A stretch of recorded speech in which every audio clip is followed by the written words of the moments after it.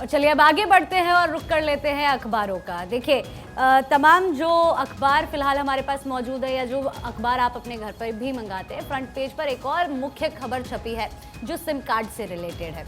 ऐसे में सबसे पहले मैं आपको फ्रॉड बता दूं, आज से नहीं बीते कई सालों से इस तरह का फ्रॉड चलता आ रहा है, जहां आपके पास एक अननोन नंबर से कॉल आएगा, शायद आपने कोई सामान मंगा रखा होगा या किसी भी सिलसिले में बैंक से वो शायद कॉल करके आपको बोल दे कि आपको ये OTP शेयर करना है। जैसे ही आप वो OTP शेयर कर देते हैं, आपके खाते से पैसे कट जाते हैं या फिर वो आपको कॉल पर लगाए रखते हैं, इसी बीच आपके फ़ोन से डेटा उनके पास चला जाता है। तमाम तरह के जो साइबर फ्रॉड चल रहे हैं उनकी कह सकते हैं उनका मुख्य कारण होता है सिम कार्ड, जिसकी वजह से वो आपको कॉल कर पाते हैं, क्योंकि एक बार वो आपको कॉल करते हैं उसके बाद वो सिम नष्ट कर दिया जाता है। एक डिवाइस भी होता है सिम बॉक्स नाम का, जिससे ऑटोमेटेड कॉल्स आपके पास आते हैं और उसके बाद उस सिम कार्ड को नष्ट कर दिया जाता है। अब इस पर कार्रवाई करने की सख्त जरूरत थी बहुत लंबे समय से, लेकिन अब कुछ कड़े एक्शन लिए जा रहे हैं। पलक, बिल्कुल आयुषी, जिन बातों का आपने जिक्र किया है इसमें कई ज्यादा अब एडवाइजरी भी जारी कर दी गई है, गाइडलाइन जारी कर दी गई है कि अगर आप किसी कंपनी के लिए भी, अगर कभी कभी ऐसा भी होता है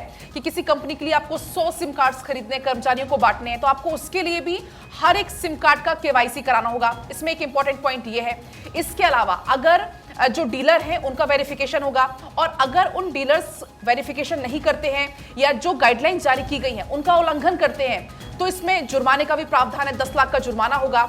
जिस वेरिफिकेशन की बात आयुषी भी कर रही थी, वो वेरिफिकेशन के लिए भी जो प्रक्रिया है वो बेहद इजी कर दी गई है, प्रक्रिया को बेहद आसान कर दिया गया है। प्रक्रिया के लिए जो 10 लाख डीलर्स हैं उनको रखा गया है कि वो वेरिफिकेशन की प्रक्रिया को बड़ा ही आसान कर सकेंगे। लेकिन कुछ और अहम पॉइंट्स हैं कि अब तक इस मामले में क्या कुछ कार्रवाई हुई है सरकार की तरफ से, प्रशासन की तरफ से। तो देखिए 66 लाख से ज्यादा संदिग्ध मोबाइल कनेक्शन का अब तक पता लगाया जा चुका है। इसके अलावा दोबारा सत्यापन ना होने पर 52 लाख ऐसे कनेक्शन थे जिनको काट दिया गया है। इसके अलावा एक और इंपॉर्टेंट पॉइंट इसमें यह है कि 67,000 से POS को काली सूची में डाला गया है। 17,000 मोबाइल हैंडसेट को बंद या ब्लॉक कर दिया गया है। इसके अलावा FIR भी 300 से ज्यादा FIR इसमें दर्ज हो चुकी है। बिल्कुल पलक, और ये तो हो गई आपके सिम कार्ड्स की बात, जो कि बेहद इंपॉर्टेंट खबर थी। इसके सिवा एक और इंपॉर्टेंट खबर क्योंकि मेरे पास है, ब्लूमबर्ग की रिपोर्ट मेरे पास है। ब्लूमबर्ग ने एक आर्टिकल छापा है आज के अखबार में, जिसके अनुसार ये खुशी की खबर है, तो ध्यान से सुनिएगा, क्योंकि पेट्रोल के दाम सस्ते होने जा रहे हैं। और ना केवल पेट्रोल बल्कि महंगाई की दरों में आपको कमी होती हुई यहाँ पर नजर आने वाली है। वो मैं क्यों कह रही हूँ ये भी आपको बता दूं। दरअसल केंद्र सरकार ने अब ये रणनीति बनाई है और ये ऐलान किया है और पैकेज भी आवंटित किया है कि हम महंगाई को कम करने के लिए जोर शोर से लगने वाले हैं।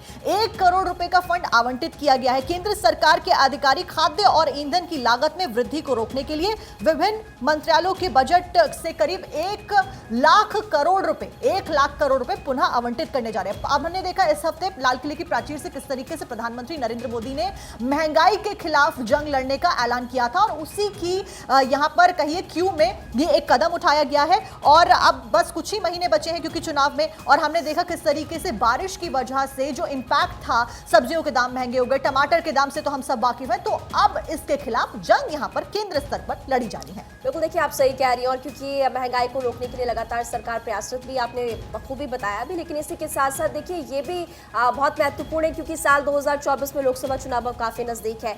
ऐसे में केंद्र सरकार के पास बहुत कम टाइम बचा है, कुछ महीने का वक्त बचा हुआ है, ताकि लोगों को राहत यहाँ पर पहुंचाई जाए। क्योंकि बारिश और बाढ़ का जिक्र आप कर रही थी, और बारिश और बाढ़ की वजह से हमने देखा है कि जो सीजनल सब्जियां वो महंगी हो चुकी है, टमाटर महंगा हो गया है, प्याज महंगा हो गया है, और आमतौर पर जो आम जन है वो काफी ज्यादा परेशान है, और इसी को लेकर फिलहाल सरकार राहत देना चाहती है यहाँ पर लोगों को लेकर।